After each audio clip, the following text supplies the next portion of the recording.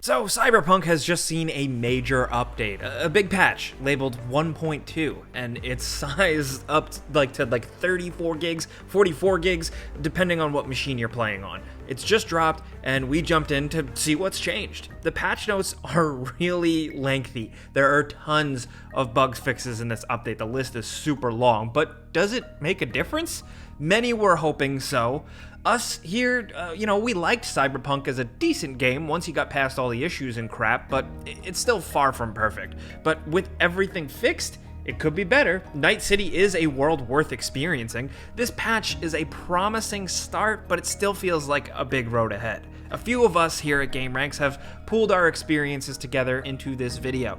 Some of us played on PC, where a lot of our experience with the game lies. Some played on base PS4 and a little bit of Xbox, and we are running footage here of PC and PS4 that will be flip-flopping around. Long story short, yes, some bugs are fixed, notable and substantial ones. Some visuals have been slightly tweaked, but core systematic stuff in the game, that's going to take longer if they even get to it. Are they going to make it a stronger RPG? I don't know. That's besides the point. If you were expecting Pedestrian AI to suddenly become brilliant and autonomous this time around, no, sorry, that's not the case. It's more of just a bunch of small fixes adding up to more. So firing it up on PC, it's still visually buggy. Just a few minutes after starting it up, we saw flickering shadows on cars, lots of pop-in, and the floating crosswalk sign bug is still in the game, and this is despite us playing on a pretty beefy PC on max settings, which we would play with any other game. On the console front, after the hot fixes, the different updates, and this big 1.2, it does seem like some things look a little better. It does look like reflections are improved a bit, as well as textures looking a little bit sharper in places. You can kind of notice it in the character creator. Street reflections and metal textures look slightly less cheap and weirdly shiny, if that makes sense, but reflections in certain surface areas still have a spotty look to them, almost looking like a pointillism painting. I don't know, I'm not a graphics expert, but back to our experience on PC, it's still got some, I hate using this word, it's kind of played out, but it's got jank, for lack of a better one. Maybe less catastrophic jank, but still some distracting stuff here and there, like people getting stuck in walls. Summoning a car can still be buggy sometimes. Our summoned car was destroyed for some reason when we got to it, though car handling is a lot better. There are substantial changes made here.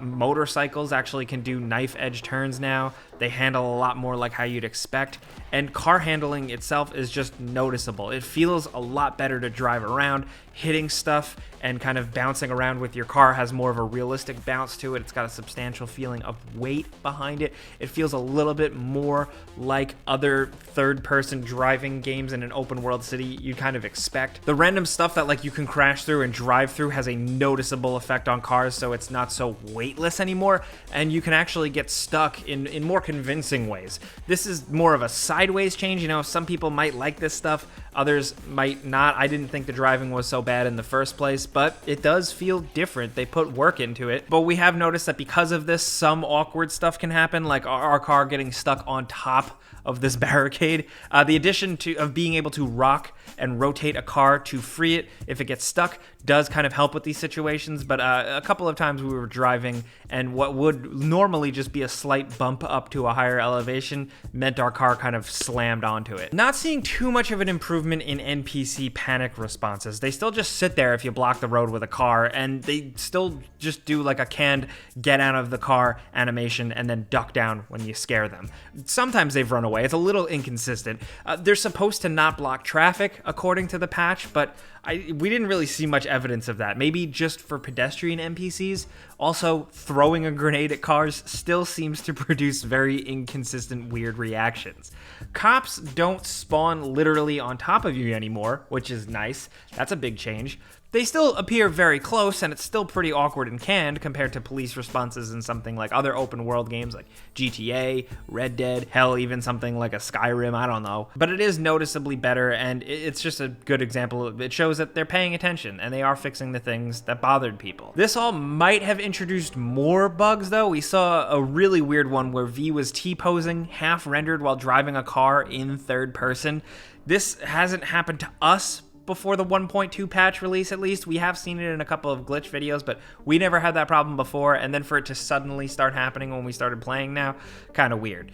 Punching people with the gorilla arms cybertech still causes their legs to go crazy sometimes. We can also confirm that the sliding off ledges to avoid fall damage trick doesn't work anymore, which is kind of a big bummer. It was a cool thing to do if you could pull it off. But then as we all kept playing and taking notes, there was some more random bugs and weirdness. I'll just run through them. We saw some typos that maybe we didn't notice before on loading screens. Another floating crosswalk sign, a ladder that keeps going through the ground so you can't get off it normally, you just have to jump off of it. Even major missions have a lot of still noticeable visual bugs even after this patch.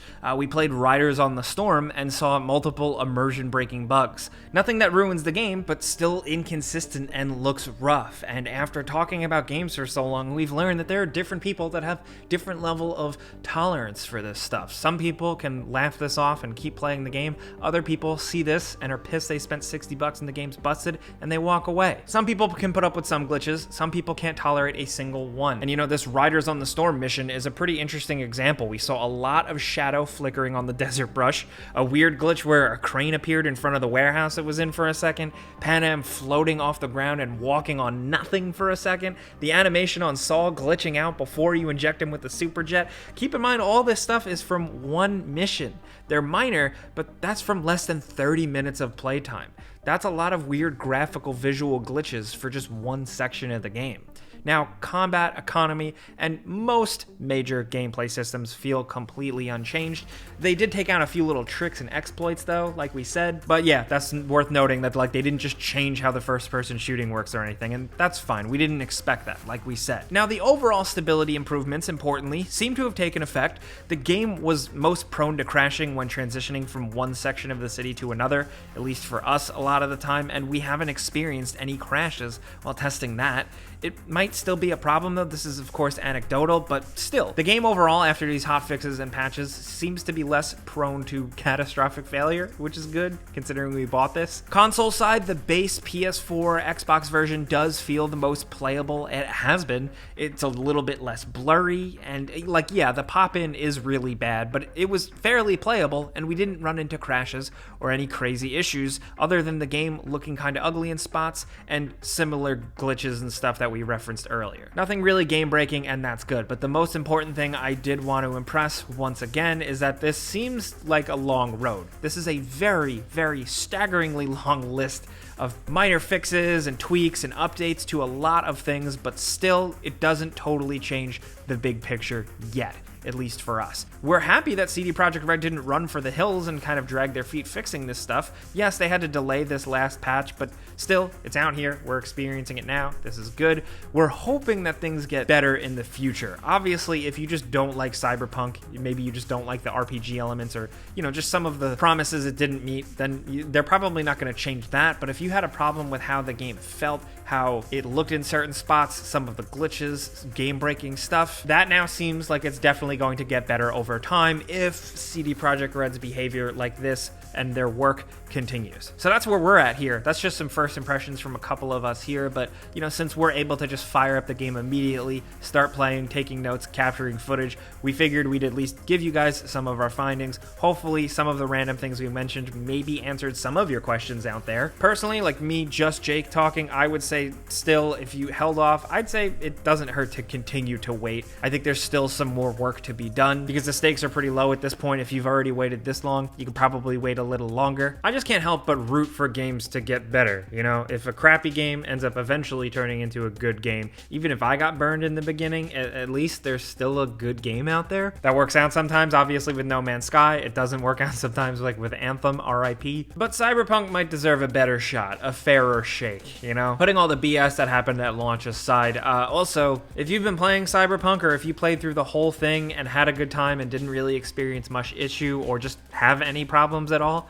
good for you. We're happy for you. We're not like discounting your experience. We just definitely strongly feel that this new patch isn't the end all be all. It doesn't fix anything and there's a lot more work to be done. really. And that's pretty much the gist of it for now. But hey, this is just us, of course. This is some information we wanted to give to you guys. We want to hear your experiences down in the comments, though, because experiences do seem to vary. We've seen some people just coming out on social media and saying, it fixes everything. This is the best game ever. Really? I don't know about that. But whatever your experience is, whether it changed anything you had a problem with, or it's not enough, or if it's perfect, let us know what you think about the 1.2 patch and really everything that's been fixed up until this point. If you enjoyed this video, though, and maybe we helped inform you a little bit with our insights, be sure to click the like button, because that helps us a lot. We would really appreciate that. But if you're new, consider subscribing, maybe hitting that notification bell, because we put out videos every single day.